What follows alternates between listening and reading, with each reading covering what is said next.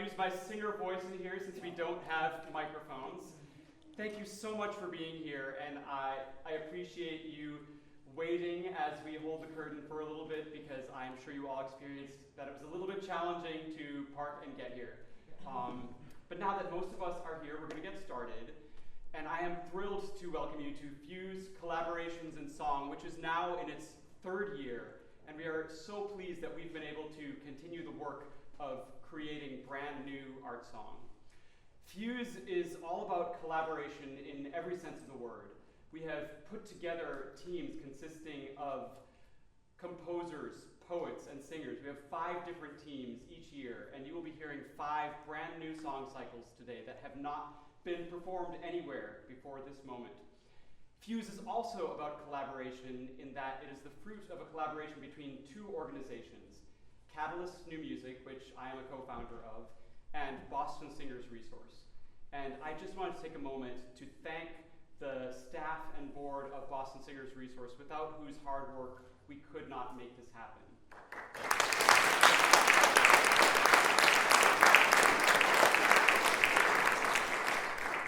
And so with that, I wanted to take a moment to invite to the stage Melynda Davis, a board member from Boston Singers Resource, to say a few words.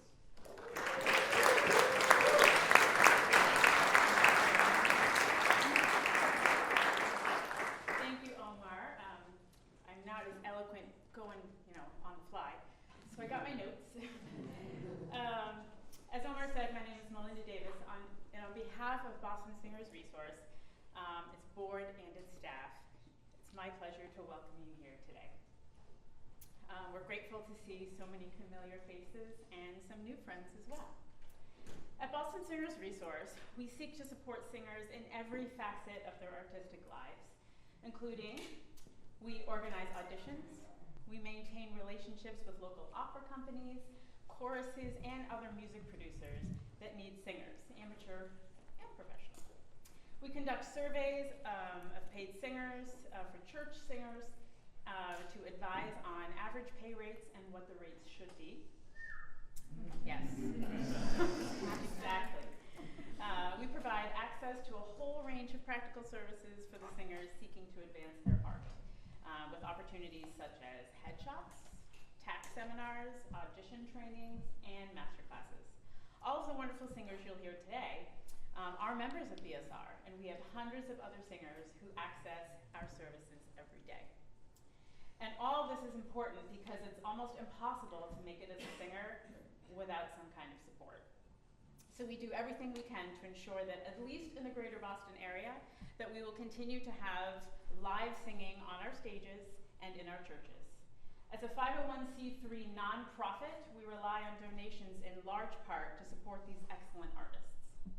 As we enter into our 25th year next year, really deserves a round of applause, we ask for your support. We're working on a brand new website, which will be featured later this fall, so definitely look up for that. We're excited for the new look and to properly feature the ways that BSR can support the singer community. We can't continue our work without your generosity. With that in mind, we would appreciate your help. We're asking everyone here to consider making a donation to Boston Singers Resource. Your donation will have a tangible, immediate effect on the work that we do. You can donate right now by scanning the QR code in the inner back side of your program, and we ask you to give whatever you can. We are so grateful for every contribution, no matter the size. We hope that you enjoyed today's program, and again, thank you for your support.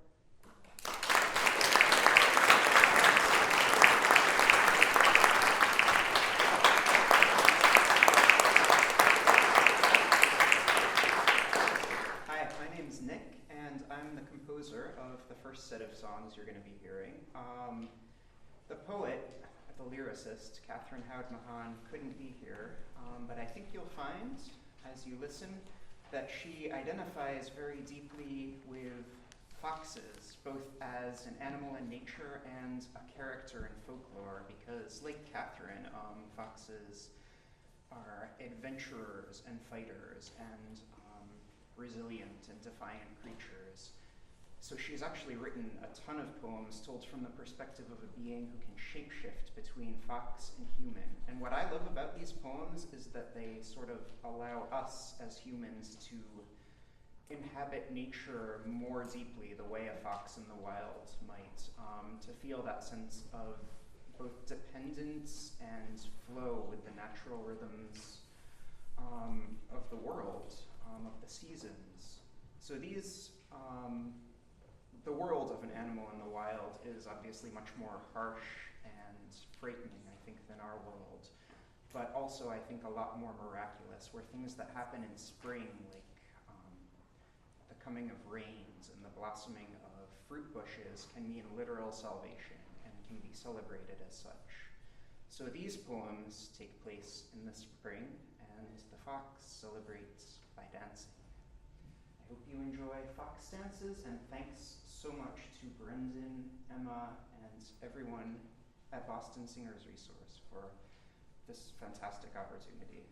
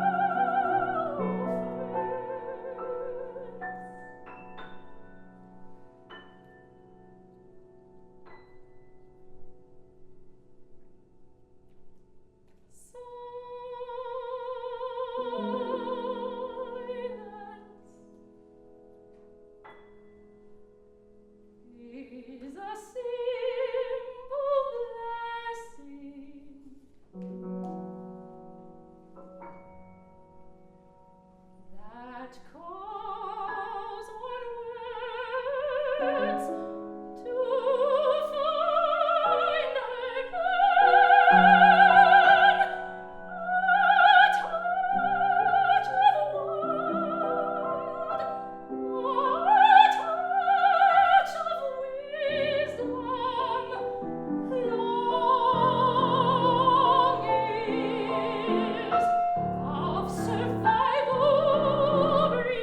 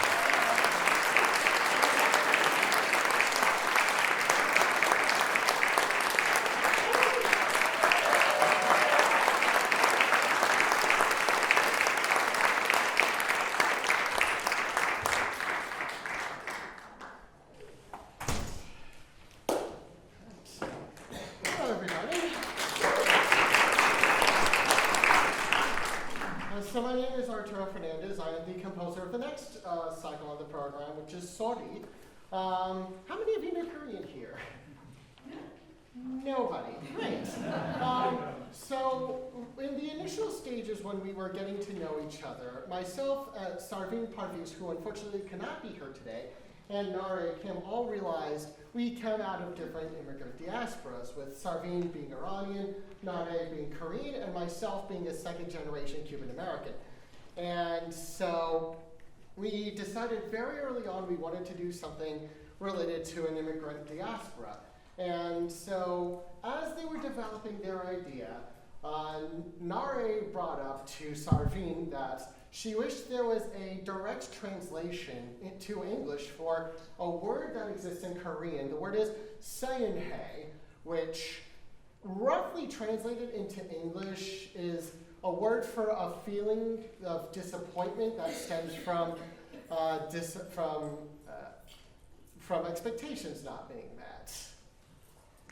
And so the entire rest of the cycle sort of came out of that little germ of an idea. And so it became about an immigrant mother trying to relate to her child and sort of eventually losing the ability to use her words. And it incorporates a few little folk things.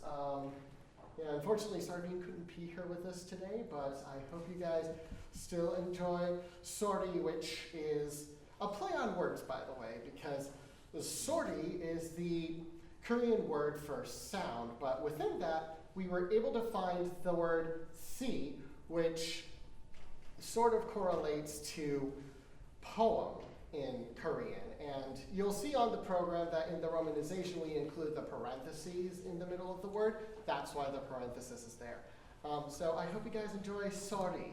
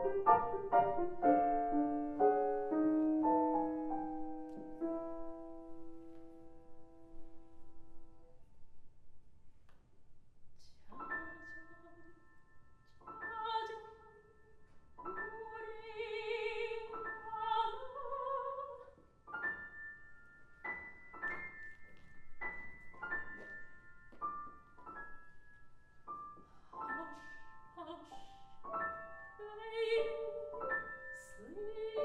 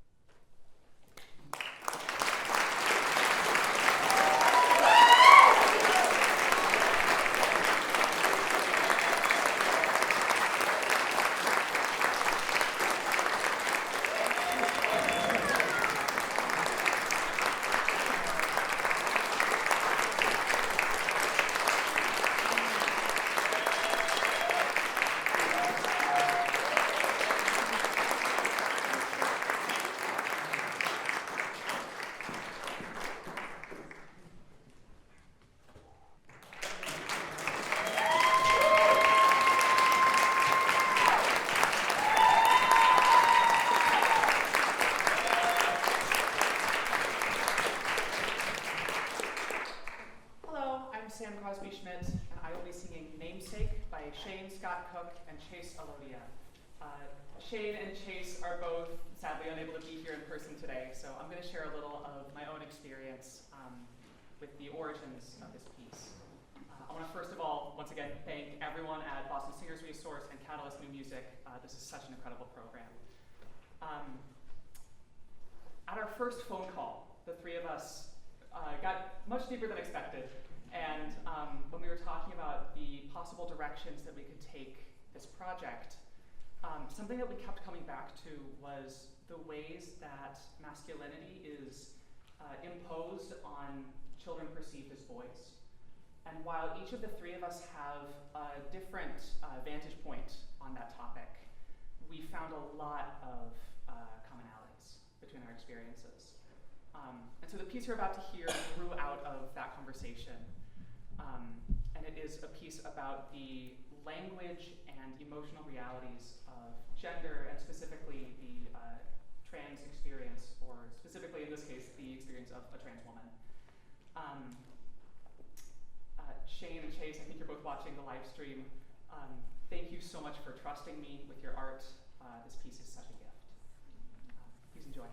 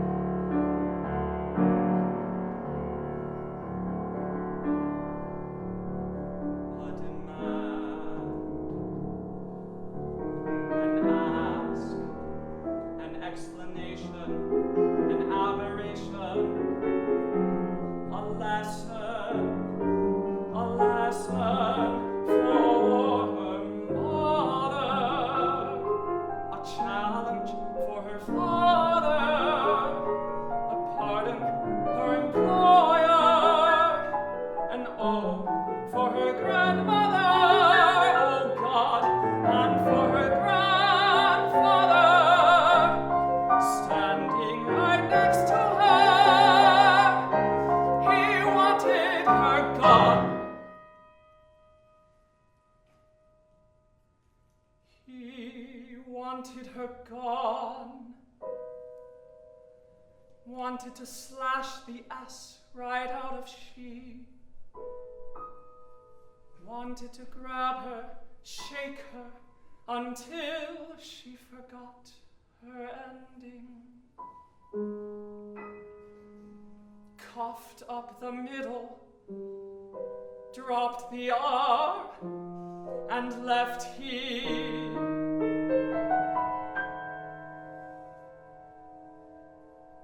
Him who was there at the beginning.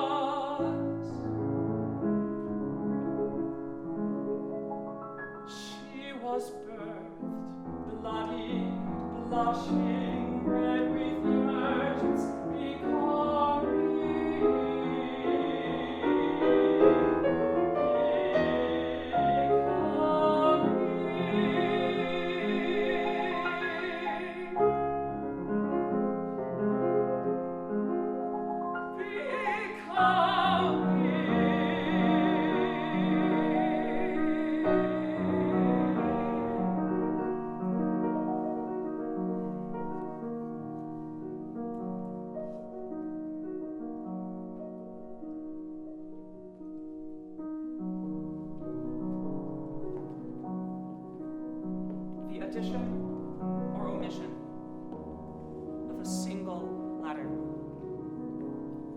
can mean the difference between a truth and a lie, a parent's order and a child's right,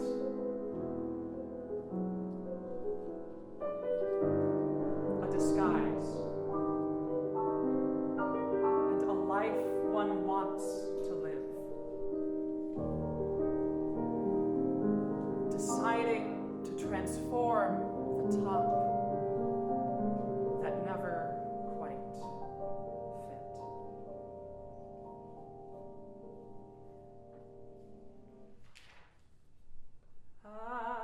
Added an R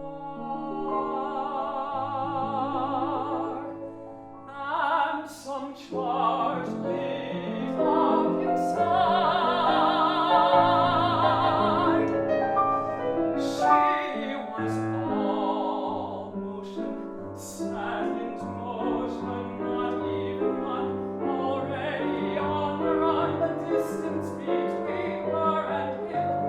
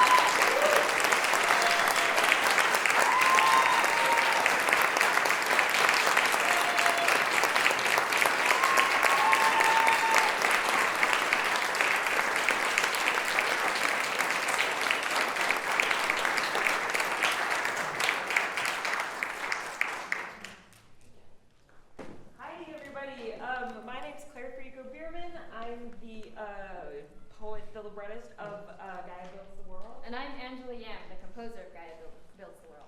3 of us here. What a showing. What a treat. Gaia Builds the World is a piece born from conversations about creation.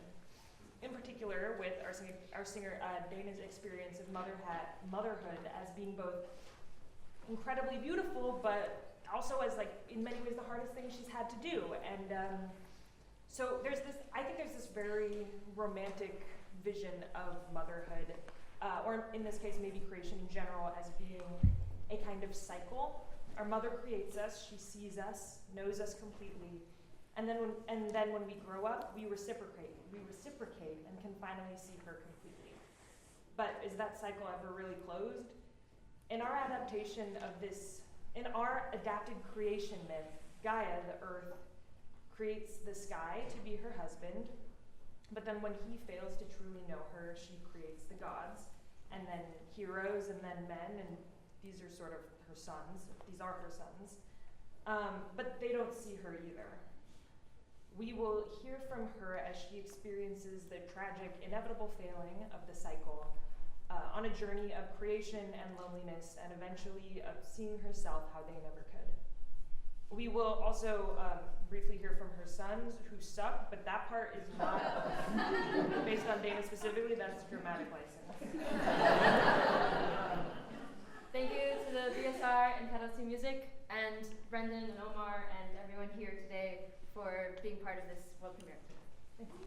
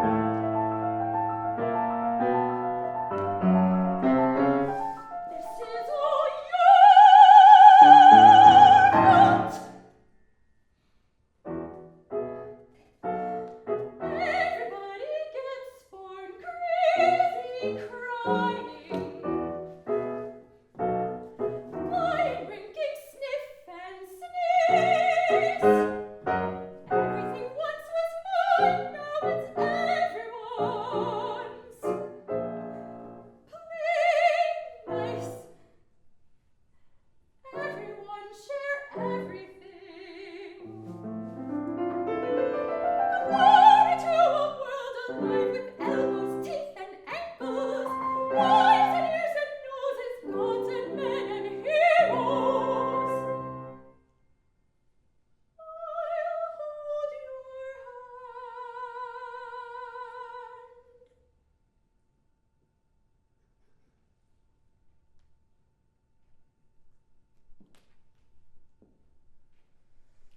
I will drink the rivers into deserts when my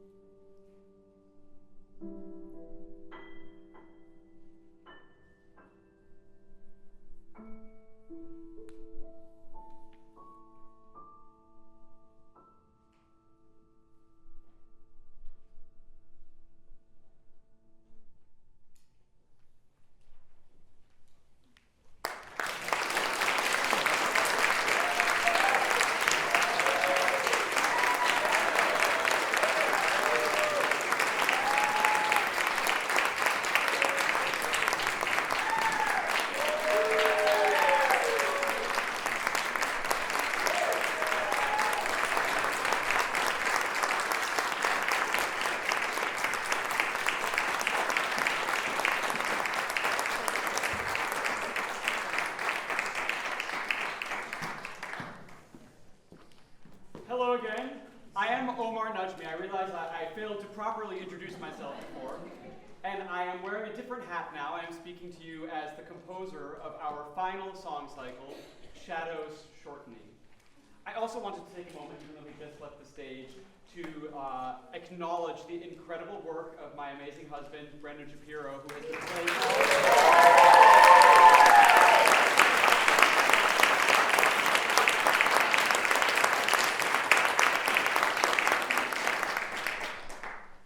So one of the really special things about the art of song specifically is that it allows us to look inwards in a very special way.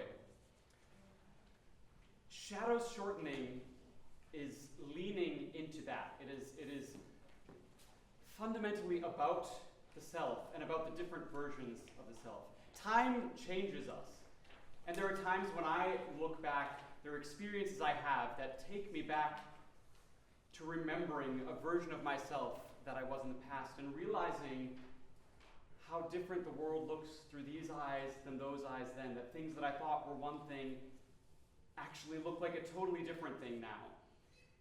And that as we move through time and through our lives, there is a process of saying goodbye to these former versions of ourselves that served us in a very specific way then. And what do we do when we're in this liminal space between where we've let go of one self, but we still haven't fully become the next one? And the uncertainty we find in that, that is the question from which these songs were formed. Our amazing poet, Carly, who was unable to be here today, but I wanted to read a few words on her behalf that she would like to say. This piece is about a transition. There is a meeting between two selves, one slipping away and one just emerging. Each questions the other, but regardless of what there is to say, everything is already in motion. So as the composer of these songs, I came up with two sort of musical motifs to represent the two selves. I'm just going to play them really quick because you'll have the chance to listen as you're hearing these songs and see if you can hear where those emerge over the course of these songs. They're very simple. So the old self, the old version of ourself that we're saying goodbye to, I have this rising motif. And so here as the first song starts, the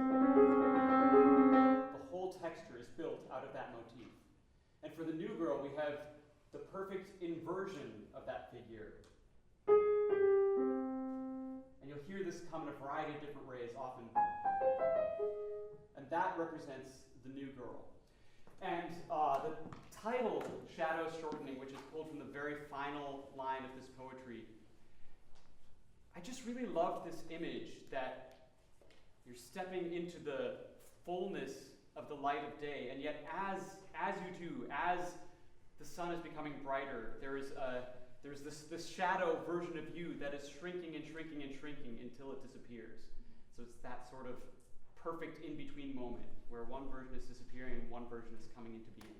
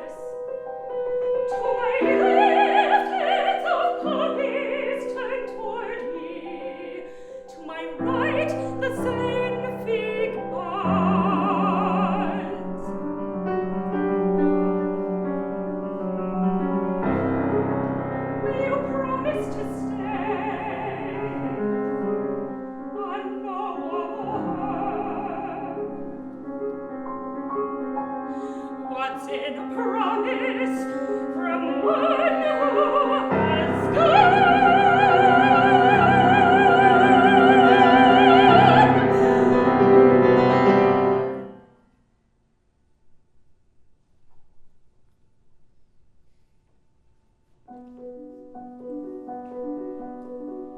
Would you believe these shapes can change?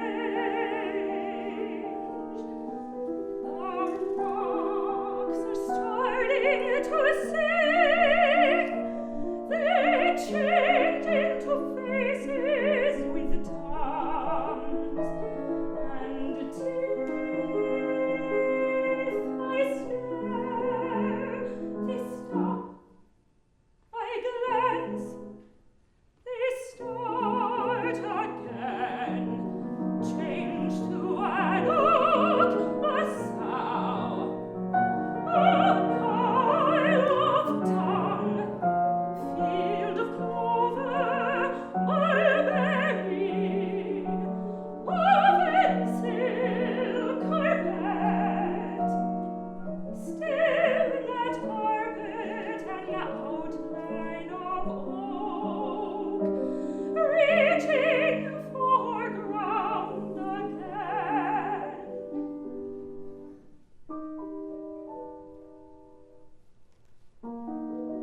I ask the approaching girl, can you see this too? The tongues, the teeth, the oak, the sow, the carpet reaching for ground. Well, sure, she says, but you know it's all statistical.